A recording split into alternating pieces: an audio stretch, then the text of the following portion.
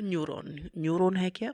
Neuron है nervous system की unit, structural and functional unit है नर्वस सिस्टम की। जैसे हमारी बॉडी की यूनिट सेल है, ऐसे ही नर्वस सिस्टम की यूनिट न्यूरॉन है। Neuron is the structural and functional unit. ये न्यूरॉन करता क्या है? देखो, कोई भी चेंज हमारे अंदर हो या बाहर हो, उस इन्फॉर्मेशन को लेके जाता है नर्वस सिस्टम तक, सेंट्रल नर्वस सिस्टम तक। फिर वहाँ पर जो डिसीजन लिया गया है कि क्या इफेक्ट, क्या चेंज करना है, क्या मूवमेंट करना है, उसे लेके आता है उस इफेक्टेड ऑर्गन तक। तो पूरा ये काम न्यूरॉन करता है। तो न्यूरॉन एक स्पेशलाइज सेल है जो रेस्पॉन्सिबल है किसके लिए? For receiving, processing and transmitting information. Information को रिसीव करना है, प्रोसेस करना है और ट्रांसमिट करना है in the form of electrical and chemical signal. देखो, इलेक्ट्रिकल फॉर्म, जो इम्पल्स जाती है वो इलेक्ट्रिकल फॉर्म है, और जो जो न्यूरो ट्रांसमीटर है वो केमिकल्स के फॉर्म में है, एस्टिलकोलिन। तो न्यूरो जो नर्व सिस्टम है या न्यूरॉन है, नर्वस सिस्टम की यूनिट न्यूरॉन है। न्यूरॉन इन्फॉर्मेशन को रिसीव करता है, प्रोसेस करता है और ट्रांसमिट करता है इन्फॉर्मेशन को। किसके फॉर्म में?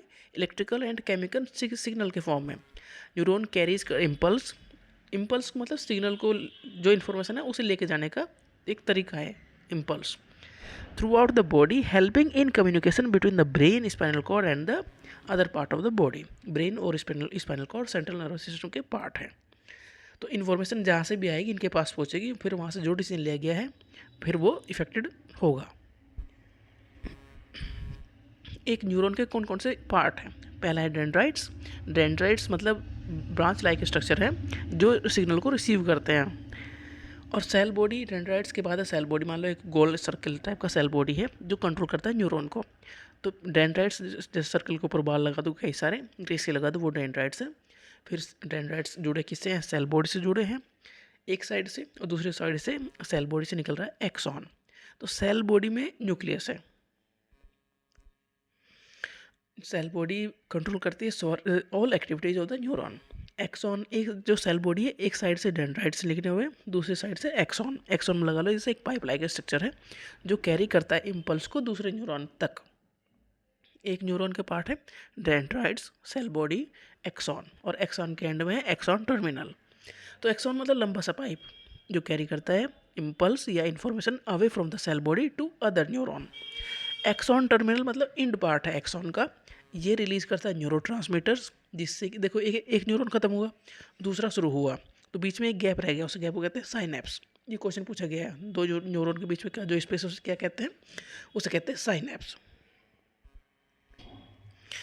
तो साइनेप्स में जो इन्फॉर्मेशन या इम्पल्स ट्रेवल करती है थ्रू, वो ट्रेवल करते हैं न्यूरोट्रांसमीटर्स।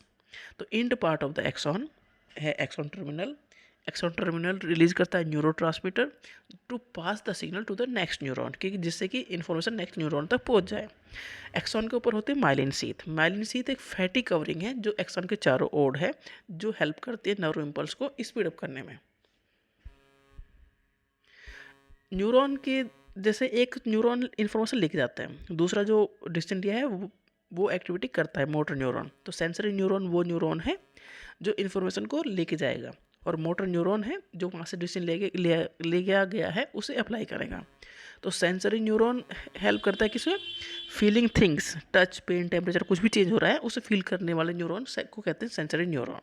ये कैरी करते हैं signal from the sensory receptor to the central nervous system. मतलब जहाँ पर चेंज हुआ है, जो सेंस ऑर्गन ने वो रिसीव किया है, वहाँ पर सेंसरी न्यूरॉन है, वहाँ से इन्फॉर्मेशन को लेकर जाना है सेंट्रल नर्वस सिस्टम तक। तो ये काम किया है सेंसरी न्यूरॉन ने। या इसे कहते हैं अफरेंट न्यूरॉन भी। जैसे कि सेंसरी न्यूरॉन क्या करते हैं? Detecting heat when you touch something. जो हमने कोई गर्म चीज़ हमने टच कर ली तो वो हमें गर्म फील होगी, तो ये गर्म फील करवाने वाले सेंसरी न्यूरॉन है। सेकंड है मोटर न्यूरॉन। तो ये सेंसरी न्यूरॉन क्या जो इन्फॉर्मेशन है रिसेप्टर सेंसरी ऑर्गन से लेके गए सेंट्रल नर्वस सिस्टम तक। मोटर न्यूरॉन क्या करते हैं? ये कैरी करते हैं सिग्नल्स को from central nervous system to muscles. अब सेंट्रल नर्वस सिस्टम तो बात पहुँचा दी सेंसरी न्यूरॉन ने, और वहाँ पर जो डिसीजन लिया गया है उसे एक्टिवेट या उससे पर काम करेगा मोटर न्यूरॉन। ये है responsible for the movement and action. कोई भी एक्शन ले जाना है तो मोटर न्यूरॉन वो एक्शन लेंगे। जैसे कि हमने गर्म चीज़ कोई छू थी, तो गर्म चीज़ को हमने टच किया था सेंसरी न्यूरॉन ने, तो मोटर न्यूरॉन कहेंगे उसे हाथ को हटाने में के लिए कहेंगे, मसल्स को मूव करेंगे कि हाथ हटाओ यहाँ से। तो ये मोटर न्यूरॉन करते हैं। मतलब हमने कोई गर्म चीज़ छू ली, तो ये इन्फॉर्मेशन लेके गया सेंट्रल नर्वस सिस्टम तक, कौन, सेंसरी न्यूरॉन। अब ब्रेन ने कहा कि भाई हाथ हटाओ, तो ये काम किया मोटर न्यूरॉन ने। इन दोनों के बीच में है इंटर न्यूरॉन, इसे कहते हैं रिले न्यूरॉन। ये सेंसरी और मोटर न्यूरॉन को कनेक्ट करता है। जैसे कि आर्टरी और वेन्स अलग नहीं है, एक ही नेटवर्क का सिस्टम है। तो अभी आर्टरी है, फिर आर्टरीओल्स है, वेन्यूल्स, फिर वेन्स बनती हैं। इसी तरह से सेंसरी और मोटर न्यूरॉन अलग नहीं है, इंटर न्यूरॉन उनके बीच को जोड़ता है, उन्हें जोड़ता है। फंक्शंस क्या है न्यूरॉन के? न्यूरॉन स्पेशलाइज सेल है किसमें? कम्युनिकेशन या इन्फॉर्मेशन के ले जाने में। पहला ये क्या करते हैं, स्टिमुलाई को रिसीव करते हैं। न्यूरॉन रिसीव करेगा स्टिमुलाई फ्रॉम द इन्वायरमेंट, या इंटरनल या एक्सटर्नल, मतलब कोई भी चेंज हुआ उसे रिसीव किया न्यूरॉन ने। नर्व इम्पल्स को जनरेट करेगा।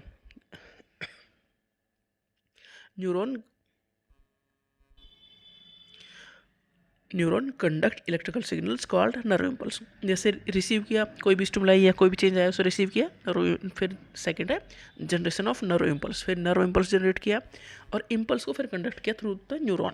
कहाँ से कहाँ तक गई इन्फॉर्मेशन?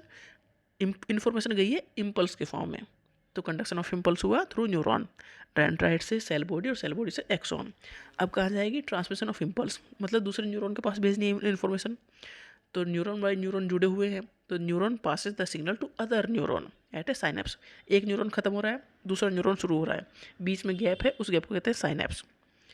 ठीक है, तो इन्फॉर्मेशन एक न्यूरॉन से दूसरे न्यूरॉन में गई, तो ट्रांसमिशन ऑफ इम्पल्स हो गया। पहले क्या हुआ था? रिसेप्शन ऑफ स्टिमुलाई, मतलब कोई भी चीज़ उसे रिसीव किया गया था, फिर नर्व इम्पल्स जनरेट हुई। नर्व इम्पल्स जनरेट होने के बाद वो कंडक्ट हुई थ्रू द न्यूरॉन, एक न्यूरॉन से पास होकर दूसरे न्यूरॉन में ट्रांसमिट हुई, ट्रांसमिशन ऑफ इम्पल्स। नेक्स्ट हुआ इंटीग्रेशन ऑफ इन्फॉर्मेशन। अब इन्फॉर्मेशन को इंटीग्रेट किया कि हाँ ये आगे बात बढ़ाने लायक बात है या नहीं है, मतलब कुछ ऐसा चेंज करने की ज़रूरत है या बस देखकर काम खत्म हो गया। तो न्यूरॉन प्रोसेस करता है इनकमिंग सिग्नल को to decide whether to send the impulse forward, कि आगे भेजा जाए कि ना भेजा जाए। सेल बॉडी ये डिसाइड करता है, न्यूरॉन का पार्ट है ना सेल बॉडी, डेंड्राइट्स हैं, सेल बॉडी है, फिर एक्सॉन है। तो सेल बॉडी में वो डिसाइड करता है कि इन्फॉर्मेशन को आगे लेके जाना है कि नहीं लेके जाना है, कि इम्पल्स स्ट्रॉन्ग एनफ है, मतलब बाहर डेफिनेटली कुछ गड़बड़ हो रही है तो लेके जाऊँ बात आगे, नहीं तो बात ख़त्म कर दूँ। तो इंटीग्रेशन ऑफ इन्फॉर्मेशन हुआ। अब बात आगे गई तो सेंट्रल नर्वस सिस्टम ने डिसाइड किया कि अब क्या एक्शन लेना है। तो neuron send signal to muscles कि मूव करो भाई, तुमने कोई गर्म चीज़ छू ली है तो हाथ वहाँ से हटाओ ना, तो मसल मूवमेंट का डिसाइड किया गया। और कोई अंदर चेंज हुआ है तो ग्लैंड्स को कहा गया भाई हार्मोन सीक्रेट करो, कुछ करो, काम कुछ करो। तो रेस्पॉन्स एक्टिवेट हो गया, तो सेंसरी न्यूरॉन ने इन्फॉर्मेशन लेके गई और मोटर न्यूरॉन ने उसका एक्शन लिया। ब्रेन ने डेफिनेटली, सेंट्रल नर्वस सिस्टम ने ये चीज़ें सब चीज़ कोऑर्डिनेट की थी। तो कोऑर्डिनेशन ऑफ बॉडी एक्टिविटीज़ कौन करता है? नर्वस सिस्टम या neuron. Neuron work together to coordinate reflex action, voluntary involuntary activities, सब में नर्वस सिस्टम इन्वॉल्व है। This maintain body balance and proper functioning, हमारी बॉडी का बैलेंस बनाने में या बॉडी प्रॉपर काम करते रहे उसके लिए ये सारी चीज़ें मिलकर काम करती हैं। तो ये सारे काम हैं न्यूरॉन के।